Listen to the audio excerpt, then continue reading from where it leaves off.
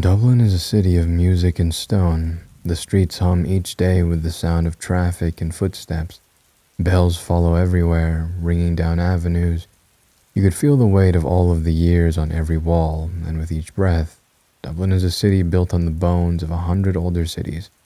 It's lovely and alive, and even though I lived there my entire life, I never actually saw Dublin until I was almost 30. I was born blind. Last month, I was given new eyes. Never have I regretted a thing more. There might be some momentary discomfort. The doctor's voice was gentle, young enough to make me a bit nervous.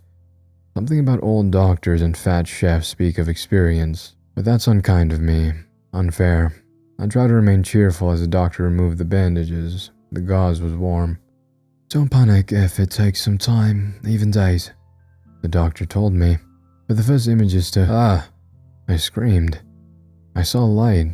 At least, I think I did. No real frame of reference prior. You understand, but it was some new, alien, overwhelming sensation. My eyes, new and artificial, blinked. Blurry shapes, barely shadows, began to focus. Are you okay? A familiar voice asked. Aye, Shinyad, I'm grand, I said. Don't touch your face, the doctor advised. I lowered my hand. Wouldn't dream of it. The figures were growing clearer by the moment. There were 3 in the room standing around my bed. It was shocking how quickly my brain was learning how to process an entirely new sense. Images coming together like a few drops suddenly flowing into a storm. One of the figures on my right leaned over. She was a girl. I was quite sure based on descriptions I'd heard and previous research. Hello, she said with Shinyad's voice. Shin, friend, fancy seeing you here. Your hair. My hair? What is it? She wrinkled her eyes. Red? That's red. Huh, it's lovely. Suits you well. I glanced over to the other 2 people in the room. The one directly in front of me at the foot of the bed was watching me, jotting something down into a book. Doc? The young man smiled. How are you feeling, Noah? The finest, I replied, turning towards the 3rd figure. No troubles at all, and I... The final person in the room didn't look much like the other 2, nearly twice as tall as the others, back bent to avoid hitting the ceiling. The creature watched me with small eyes like bullet holes. It had a pair of mouths, one over the other. The voice that emerged from the mouth surprised me. You look well. Are you thirsty? The monster asked in a lilting tone, soft and feminine, not much beyond a girl. Are you alright, Noah? Shinyad asked. You've gone pale as the dead. I looked at my friend. Does everything seem okay here? What do you mean? I don't know, I said, watching the tall thing with the voice of a girl. Turned to the doctor. Is it possible I might experience hallucinations with these new eyes? Possible. Your brain is still getting adjusted to processing visual feedback for the first time in your life. It's not just the eyes, but the nerves that are fresh. Give everything time. If you see anything unusual, well, everything is unusual for you, right? The doctor laughed. A large spider with butterfly wings flew out of his mouth. Lovely, I said, laying down. I think I need some rest. Rest up, the thing with 2 mouths told me.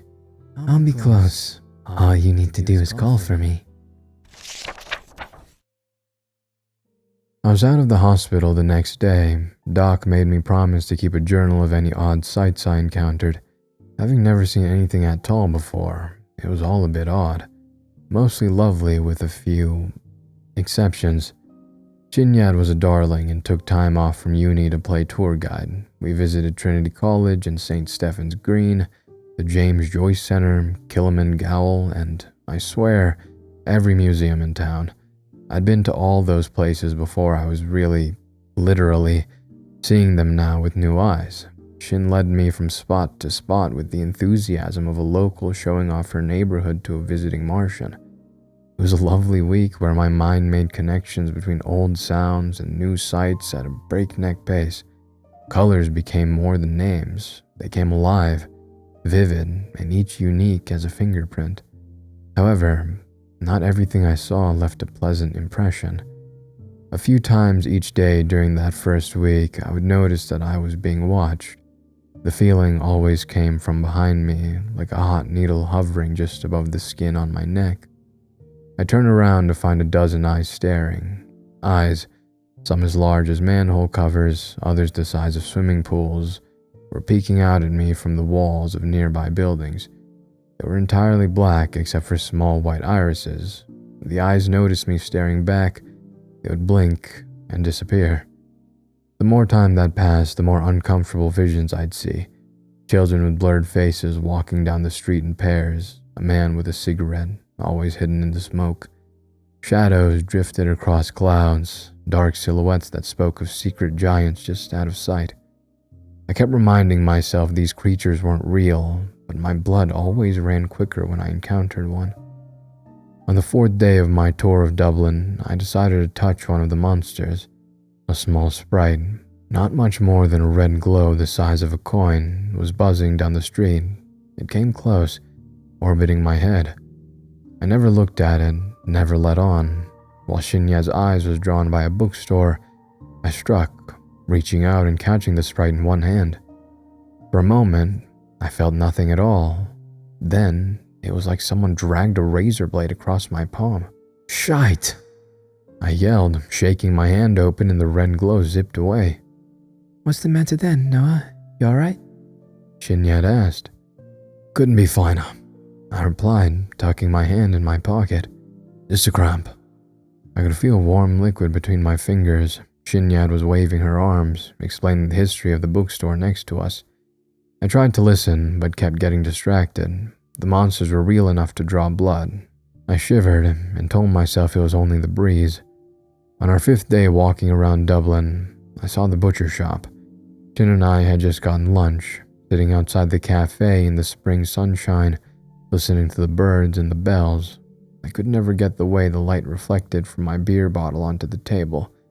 I kept passing my hand over it, watching the reflection ripple across my palm. There was a bandage tapped there. The tiny creature's bite had gone deep. I was looking around at all of the people in motion when I caught sight of an out-of-place shop across the street. The first thing that stood out was the pigs. 6 large hogs dangled from chains in front of the store. They were hacked up, with gaping wounds gone black at the edges. All 6 carcasses were covered in fat flies. The bodies buzzed loud enough to be heard over the traffic. When the wind shifted, I caught a whiff of the rot and almost returned my lunch to the table. Found it not sitting well? Shinyad asked, rocking back in her chair, eyes almost certainly closed behind huge sunglasses. Do you not smell that? I can't believe they're allowed to just leave the pigs out there. Must be some kind of health code violation. What pigs? Across the street, in front of the butcher. Shinyad turned her head, looked, frowned. The closest thing to a butcher over there is the organic olive oil and vinegar shop. I believe you might be seeing phantoms again. Sure, but smelling them too? Shin shrugged. The mind is a funny thing. Senses are like dominoes, each influencing the others. I rubbed some lemon juice under my nose to combat the odor. The pigs were swinging gently from their hooks. There was a faded wooden sign above the shop. It read, Carver's Market. So nice to meet you. The building was dirty and sat small between its neighbors. There were blotches everywhere, most red, black, and old. Grime caked the windows, one of which was missing a few panes of glass. As I studied the shop, a figure emerged from the door, stooping to get through, taller than any man I'd ever seen. The thing had a human body, but the head of a boar. A white horn jutted out from above one ear, while another horn curled back and over the opposite ear. Hey, Shinyan. Yes? What's the animal with the spiral horns? Rams. Why do you ask? I sipped my tea. I saw a little tremor in the cup. It just popped into my head, I guess. The creature was completely naked except for a stained apron, which was stenched by an enormous gut. Its arms were thick with coils of muscle, and there was not a patch of visible hair on the giant. Shinyad was chatting about where we might go for dinner later, but I couldn't pry my attention from the butcher. It stood next to the carcasses, looming over the busy street just a few feet from the shop. A flow of people passed without sparing the butcher or his shop a glance. The creature crossed its arms and tilted its head. Faster than I could follow, it shot out a hand the size of a football and snatched a man off the footpath. Except, I wasn't exactly right. A version of the man kept walking while an identical copy kicked and struggled against the butcher's grip. Some twin, some clone. The monster carried its shrieking captive over the line of pigs, pulled another chain down from the rack, and pressed the hook on the end into the man's back until he was hanging. The screaming got much worse. I couldn't even hear Shinyad anymore. My new eyes were locked on the scene across the street. The butcher calmly walked inside the shop and returned with a long knife that curved upwards. It held the squirming man by the hair and placed the point of the blade on his shirt just under his belly button. "Don't," I whispered. "No, no, no, no, no, no, no." "Don't what?" Shinyad asked. I didn't answer. The butcher lightly ran the knife up the shirt. The fabric split, revealing a pale belly. Slowly, the creature returned the blade to the man's belly button. Pressed, pulled up, hard. I've never heard another person make a sound like that poor fella did as he hung on the chain, pawing at his stomach, trying to keep his guts in. Oily purple and gray ropes kept slipping out of the slit in the man, squeezing between his desperate fingers. He was open from neck to navel. The only mercy was that it didn't last long, and then it was empty and still. The identical copy of the gutted guy looked healthy and oblivious. He was 3 steps from rounding the corner. After 2, the man stopped, looked around like he was confused, and grabbed his stomach. The shriek that ripped out of his mouth was the exact same that came from his twin. A crowd gathered around the thrashing man. Phones came out, some to call for help, others to record. The stranger's shoes kept scraping against the footpath, fast, slower, then no movement. "Saints above," Shinyad whispered. "What should we do?" I wanted to answer, "Please do believe me," but I couldn't find my voice. The butcher was watching me, tiny black eyes pinning me to my chair. It licked the curved knife. I stood up. "Can we go? I'll leave the cash on the table for the bill." Shin looked from the growing crowd and the dead man back to me. "Shouldn't we help?" She asked. "Do you think we can, or is this past us?" Shinyad bit her lip but stood up. I tucked money under my mug. I tried not to notice the butcher's eyes following me as we left. I'd never seen spring before. It's a hell of a lovely thing. Trees shedding dead skin to reveal all of that green. Nearly 30 years in Dublin, hearing and smelling and tasting nearly 30 springs. This was the first I'd been able to watch. Such a shame I spent so much of those weeks with my eyes closed, praying that the monsters slouching through the city wouldn't notice me. After encountering the butcher on Cow's Lane, I begged off the remainder of Shinyad's planned tour of the city. The cut on my palm and the dead man was enough proof that I couldn't keep pretending the creatures I saw were hallucinations. The smoking man was following me, face always hidden in the exhaust. It stuck to him like a veil. Compared to some of the horrors I saw that spring, though, he was damn near bonny. There was an ever-growing parade of nightmares roaming the streets whenever I looked.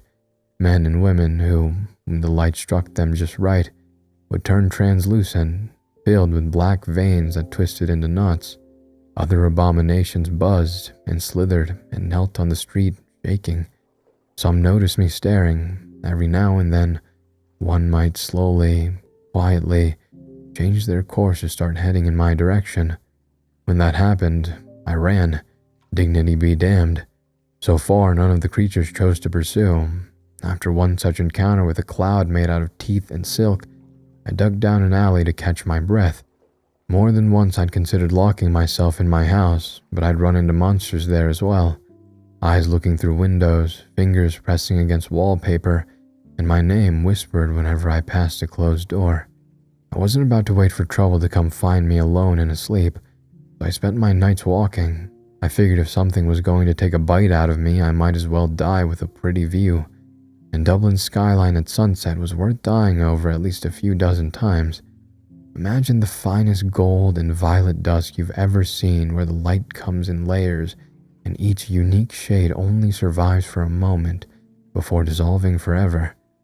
Now imagine you've lived your entire life in the dark, and you blame me for walking even with monsters about. The truth is, while I spent those weeks scared out of my sacred wits, nothing harmed me. Followed, sure, one wounded me once without self-defense. Might be if I treated the abominations with the same cool distance you afford wasps, maybe I'd eventually adjust.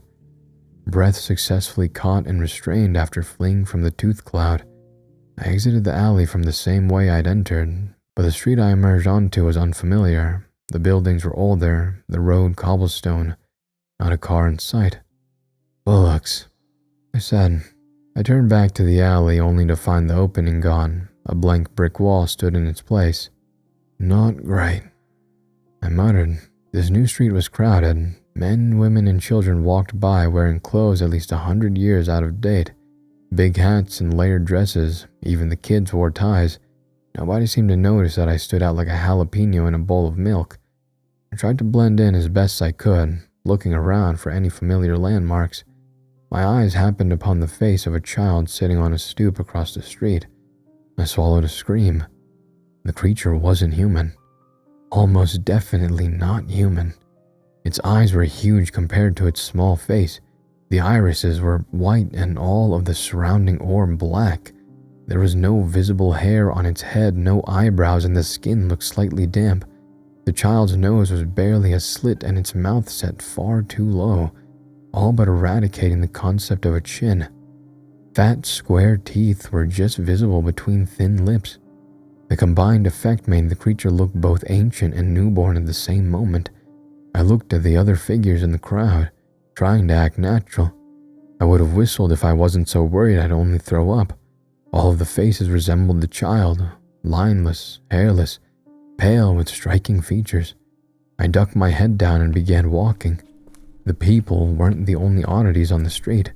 The shops had the strangest titles, all painted on crude wooden signs that swung in the breeze above doorways. I read them as I hurried along the footpath. Tooth and consequences, fine dentistry and palm readings, Gnaw and Nash daycare, Axes and X's, artisan hardware and marriage counseling. You dirty, worthless worm ice cream parlor. I rushed past them all, doing my best to stare down at the cobblestones. Every now and then I'd catch a flash of what was happening behind some of the shop windows. This made me walk faster. I approached the corner and stopped. A green sign stood on a tall pole. Hollow Bridge Road. So where's the bridge? I wondered. There were two shops on opposite ends of the lane. One appeared to be a baker. The other, I'm not sure how to describe it. The shop didn't have a traditional sign. Instead, a massive cross that looked like it was carved from driftwood hung above the doorway. A chubby man-thing wearing a vest and short sleeves sat on a stool outside of the shop between two tables. One of the tables held a cage full of panicked birds. The other table supported a box of wooden crosses. Humming softly, the man reached into the cage and snatched a bird from the air in mid-flight. Except, I was close enough now to see that it wasn't a bird. It was a tiny, winged woman. Miniature blue feathers sprouted from her back. She was screaming in a small, fragile voice. I moved closer, I don't know why. Casually, like he was plucking petals from a flower, the man ripped the wings from the creature's back. Her shrieking became frantic, so high-pitched that it wove in and out of audible range. In one clean motion, the man then pressed his captive against a wooden cross from the box and held her in place with one hand. With his other hand, he retrieved a hammer and nail from the table. "No," I said, my voice lost in the crowd. I took a step towards the man. "Don't do." It was so fast. I never saw the movement, only the result. The woman shivered and twitched on her little cross, a hobnail through her chest. She kicked twice, then was still. I wanted to hurt the man. I wanted to walk over to the squat little bastard and drive a few nails into the soft, sensitive parts of his body. But when he glanced up from his work and I saw his black and white eyes, all of the anger left me in an instant. I turned, pretending to study some other shop, praying that the creature would not notice me. While I was hiding, a giant with the head of a hog walked out of a shop across the street. The butcher. A woman followed the creature outside. She had a blank, warped face like all of the rest. Unlike most, though, she did have hair. It was black and beautiful and dragged on the ground behind her, leaving a wet trail. The butcher leaned down, almost kneeling. The woman gave it a kiss on the cheek, then wiped her hands on a white apron, just like the one the giant wore. Both aprons were covered in red stains. The butcher stood and began walking down the street. I did my best to fade into the nearest brick wall. When the monster passed, I was overwhelmed with the smell of meat and vanilla. It didn't notice me, or didn't care if it did. The woman with the dark hair returned to her shop. A simple blue and silver sign announced her profession, Flowers Bakery. I'm not sure why I went to look. The street was full of horrors. There was no reason for me to drink in another with my new eyes, but I couldn't resist. I approached the dirty window, cupped my hands against the glass, and peered in. Bodies swung from chains, impaled by meat hooks, leaking purple red onto the wooden floorboards. The butcher's work. I watched the woman scoop up a handful of the offal that was puddling under the hooks. She carried the materials over to her counter and plopped it into a circle of fresh dough. Grinning, the baker licked her fingers clean. I threw up on the street. A few of the creatures noticed, watching me like I was an animal that had wandered into a dinner party, a mixture of amused and annoyed. I heard a ringing sound coming from an alley on my left, a phone. I patted my pockets until I located my cell. It wasn't the source of the ringing, and when I tried to call Shinyad, there was no signal. The other phone continued to ring, not having all that many options, and wary of getting any more attention from the locals, I slipped down the alley. Sitting in the middle of the space was a tall, white and green box with a cross-hatched glass door. Telephone. I opened the door and picked up the receiver. Hello, Noah. What's the crack? I asked a familiar voice on the other end of the line. Shinyat. I see you're playing tourist in a bad part of town. Her voice was wrong, strained and overlapping, like 3 or 4 people speaking at once. You're not Shinyat, I said. No, we suppose not. Not yet. We just wanted you to feel comfortable during our chat. I'm about as comfortable as a cat in a shark tank, thank you kindly. The voices laughed. You know what they say about curiosity in the cards, Noah? Why did you need to go looking for trouble? Hell to that. I didn't go searching for a thing. The voices giggled. And yet, trouble you found. So run, little cat. Run before the sharks find out you don't belong in the water. I opened my mouth to reply back with something cutting, and I looked out of the glass door to see the creatures watching me from the mouth of the alley. It was getting dark much quicker than it should. A sunset bled out over the antique streak, spilling orange gold light over the cobblestones.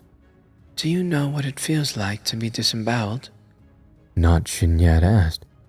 If it's done quickly with a sharp knife, you won't experience much pain at first, just a strange sucking feeling, then a terrible emptiness as your insides flow out of you into a slick pile at your feet. Your first instinct will be to catch them and push them back into the cut. This won't work. The ropes and organs will slip through your fingers. Then, that's when the pain starts. Of course, if the gutting is done with a dull knife, slowly. Why aren't you running yet, Noah? I burst out of the telephone booth in a dead sprint, arms held up to ward off any of the locals that might try to grab me. None of them did. Instead, I saw them pause and point towards me as I came out onto the street. It was already full night and lamps were glowing, casting cool shadows on the cobblestones. I ran back towards the first alley, hoping that it would be there. The creatures continued to watch me. I saw mouths pulled back, eyes wide, chest shaking. They were laughing at me, silently, the entire street. I stepped into a long shadow from a nearby lamp and tripped. I'd stepped into the shadow, my legs sinking to the knee. It was like finding a soft spot in a marsh. The shadow was cold and wet, sticking to my pants as I tried to scramble out. The locals weren't laughing anymore. I pulled hard enough I worried my hip would dislocate, but the shadow held. It was like tar, ink, quicksand. Something bumped my ankle from under the surface. I screamed. I tried once more to stand and only ended up slipping further into the shadow. Now both legs were stuck and I was falling. I clawed at the ground but felt myself dragged under. It was so cold. I held my breath for as long as I could, floating in the dark.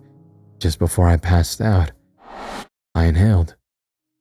When I woke up, I was lying on a footpath looking up at the bright summer sky.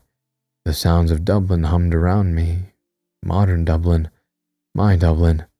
I sat up and looked around. I was back on Grafton Street. People milled about. Normal people. My stomach felt like I'd swallowed a wasp's nest. It still does. It's been a week since my visit to Hollow Bridge. Shinyad's been calling. The real Shinyad. At least I think the real one. I've been avoiding her and everyone else. I keep thinking of the butcher. All of the creatures laughing, following. They all seem so hungry in my memory. I can't walk down the street without watching every shadow. Terrified one wrong step could send me back to Hollow Bridge. Most nights I barricade myself in my bedroom doing research. I found a group online that has experienced similar encounters, and we all have something in common. We've all been given new eyes. Even when I'm hiding, I can feel an invisible pressure bearing down on me. Part of me wants to run, but a bigger part is tired of running. If the next shadow I step through sends me back to Hollow Bridge, I'll go through, chin up and eyes sharp. I'll find where that fucking bridge goes. My online group is starting to feel like a small family. We all have our little nicknames to protect our identities. I didn't want to reveal my name as Noah, so I used the first call sign that came to mind. Dublin. I realize now that choosing a nickname based on the city where I live is actually less secretive than simply giving my real name. Well, if anyone asks, I'll tell them I'm from Cork. Oh man, before I say anything, I want you to leave a comment if you know what story that this is related to. Maybe the author's name rings a bell. Grand Theft Auto is the author of many extremely popular stories like Something Whistling Walks Past My Window at 3 a.m. and The Fermi Paradox.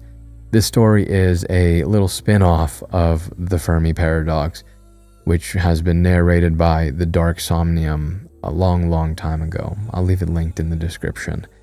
The story is absolutely incredible. It is an amazing story that I've had the honor of being able to talk to Motto, not just as an author narrator, but as a friend. He was there for me when my leg was broken. Really awesome dude. And I wish that the Fermi Paradox would get adapted into a movie. It is truly a work of art. Motto is an absolutely fantastic author, and I would love to see that work, the Fermi Paradox, get adapted into a movie, because it would just make an absolutely amazing one. And if you go listen to it from the Dark Somnium, you will probably understand why.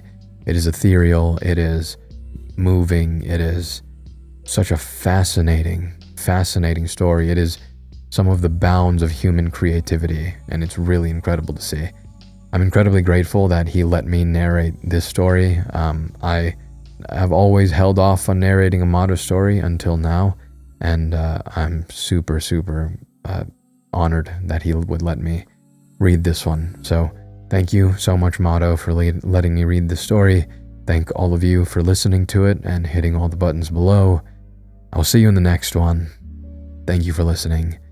Ego Volt Anima Vestra.